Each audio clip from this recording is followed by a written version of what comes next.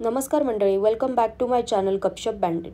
तर चला पाहूया श्री रामचरितमानस या पुस्तकाचा पुढचा भाग।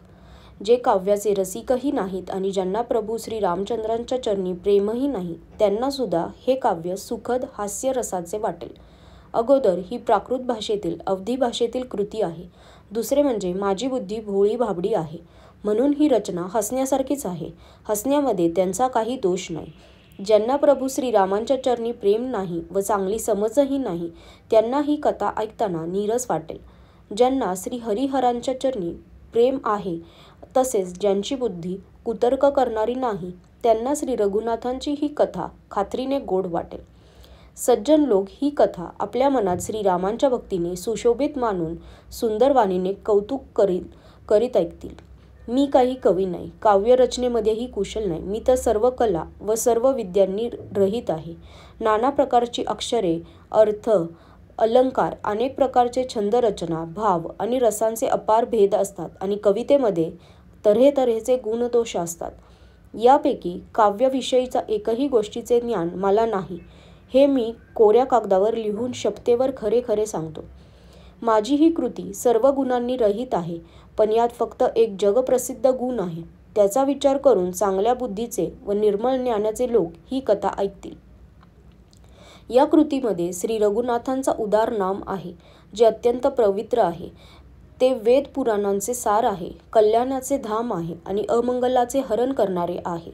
पार्वतीसह भगवान शंकर सदैव त्याचा जप करतात। एखाद्या चांगल्या कवीने रचलेली अप्रतिम कविता सुद्धा राम नामाशिवाय शोभत नाही। ज्याप्रमाणे चंद्रासारख्या सुंदर मुखाची स्त्री सर्व प्रकारे विभूषित असली तरी ती वस्त्राशिवाय शोभत नाही, या उलट कुकवीने रचलेली व सर्व गुणांनी रहित अशी कविता सुद्धा श्रीरामांचे नाव व कीर्ती यांनी अंकित झालेली असेल तर बुद्धिमान लोक ती आदरपूर्वक सांगतात आणि ऐकतात, कारण संतजन भ्रमराप्रमाणे गुणांचेच ग्रहण करतात। जरी माझ्या या रचनेमध्ये कवितेमधील एकही रस नसला तरी यामध्ये श्रीरामांचा प्रताप प्रकट झालेला आहे। माझ्या मनात हाच एक विश्वास आहे, चांगल्याच्या संगतीमुळे कुणाला मोठेपणा मिळत नाही बरे।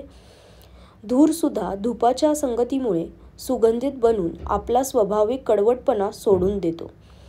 माझी कविता नक्की वाईट आहे, परंतु हिच्यामध्ये जगाचे कल्याण करणाऱ्या रामकथारूपी उत्तम वस्तूचे वर्णन केलेले आहे, म्हणून हिलाही चांगलेच मानले जाईल। तुलसीदास म्हणतात की श्री रघुनाथांची कथा कल्याण करणारी आणि कलियुगाच्या पापांचे हरण करणारी आहे। माझ्या या नीरस कवितारूपी नदीची चाल पवित्र जलाच्या गंगेच्या चालीप्रमाणे वेडी वाकडी आहे। प्रभू श्रीरामांच्या सुंदर कीर्तीचे संगतीमुळे ही कविता सुंदर व सज्जन लोकांच्या मनाला आवडणारी होईल। स्मशानातली अपवित्र राख सुद्धा श्री महादेवांच्या अंगाच्या संगतीमुळे सुशोभित वाटते आणि स्मरण करताच ती पवित्र करणारी बनते। श्रीरामांच्या कीर्तीच्या संगतीमुळे माझी कविता सर्वांना अत्यंत आवडेल। ज्याप्रमाणे मलय पर्वताच्या सहवासामुळे कोणतेही लाकूड चंदन बनून वंदनीय ठरते, मग कोणीही लाकूड म्हणून ते तुच्छ मानील काय? गाय जरी काळी असली तरी तिचे दूध शुभ्र व गुणकारी असते असे समजून सर्व लोक हे पितात। त्याप्रमाणे लोकभाषेत असले तरी श्री सीतारामांची कीर्ती बुद्धिमान लोक मोठ्या आवडीने गातील व ऐकतील। मणी, माणिक आणि मोती ही जशी राजाच्या मुकुटावर व नवयुवतीच्या अंगावर शोभतात, तशी साप, पर्वत व हत्तीच्या मस्तकावरही शोभत नाहीत।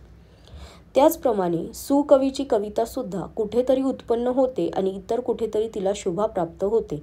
अर्थात कवीच्या वाणीतून उत्पन्न झालेली कविता जेथे तिचा विचार, प्रचार आणि त्यात सांगितलेले आदर्श ग्रहण केले जातात व त्याचे अनुसरण केले जाते, तेथेच ती शोभते। कवीने स्मरण करताच त्याच्या भक्तीमुळे देवी सरस्वती सुद्धा ब्रह्मलोक सोडून धावत येते। धावत असल्यामुळे सरस्वती देवीला आलेला थकवा रामचरितरूपी सरोवरामध्ये स्नान केल्याशिवाय इतर कोट्यावधी उपाय केले तरी दूर होत नाही। कवी आणि पंडित आपल्या मनात असा विचार करून कलियुगातील पापांचे हरण करणाऱ्या श्रीहरीच्या कीर्तीचेच गायन करतात। संसारी मनुष्यांचे गुणगान केल्यामुळे देवी सरस्वती डोके बडवून घेऊन पश्चाताप करू लागते। तिला वाटते की कवीच्या बोलण्यावर मी कोठून आले? बुद्धिमान मनुष्य हृदयाला समुद्र, बुद्धीला शिंपला आणि सरस्वतीला स्वाती नक्षत्रासारखे मानतात। या प्रसंगी जर श्रेष्ठ विचाररूपी जलाचा वर्षाव झाला तर कविता मोत्यासारखी बनते. या कवितारूपी मोत्यांना युक्तीने छिद्र पाडून तसेच त्यांना रामचरित्ररूपी सुंदर धाग्यामध्ये ओवून सज्जन लोक आपल्या निर्मळ हृदयात धारण करतात. त्यामुळे अत्यंत अनुरागाची शोभा उजळते, त्यांना अतिशय प्रेम लाभते. जे घोर कलियुगात जन्मले आहेत, ज्यांची कर्मे कावळ्यासारखी आहेत परंतु वेश हंसासारखा सोज्वळ आहे, असे ढोंगी आहेत, जे वेदविहित मार्ग सोडून कुमार्गावर चालतात, जे कपटाची मूर्ती आहेत व कलियुगातील पापांची भरलेली भांडी आहेत, ते लोक आपणास श्रीरामांचे भक्त म्हणून घेऊन लोकांना फसवितात. जे धनलोभ, क्रोध आणि कामाचे गुलाम आहेत, जे धांगडधिंगा घालणारे, धर्माचा मिथ्या झेंडा फडकविणारे ढोंगी आणि कपटी धंद्याचा भार वाहणारे आहेत, जगातील अशा लोकांमध्ये सर्वात प्रथम माझी गणना होणार आहे.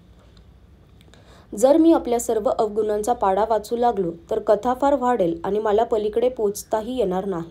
म्हणून मी फारच थोड्या अवगुणांचे वर्णन केले आहे. यावरून शहाणी माणसे थोडक्यात जाणून घेतील. माझी अनेक प्रकारची विनंती समजून घेऊन कोणीही रामकथा ऐकून मला दोष देणार नाही. यावरही जे शंका घेतील ते तर माझ्यापेक्षाही जास्त मूर्ख आणि बुद्धीने दरिद्री होत. मी तर कवी नाही आणि चतुरही म्हणविला जात नाही. केवळ आपल्या बुद्धीनुसार मी श्रीरामांचे गुण गात आहे. कुठे श्रीरामांचे अपार चरित्र आणि कुठे माझ्या संसारामध्ये आसक्त असलेली बुद्धी. ज्या वाऱ्यामुळे सुमेरूसारखे पर्वत उडून जातात, तिच्यासमोर कापसाची गणती ती काय? सांगा बरे. श्रीरामांची अनंत प्रभुता जाणल्यामुळे कथेची रचना करण्यास माझे मन कचरत आहे. सरस्वती, शेष, शिव, ब्रह्मदेव, शास्त्रे, वेद आणि पुराण हे सर्व नेती थांग न लागल्यामुळे हे नाही असे म्हणून नित्यजनचे गुणगान करत असतात.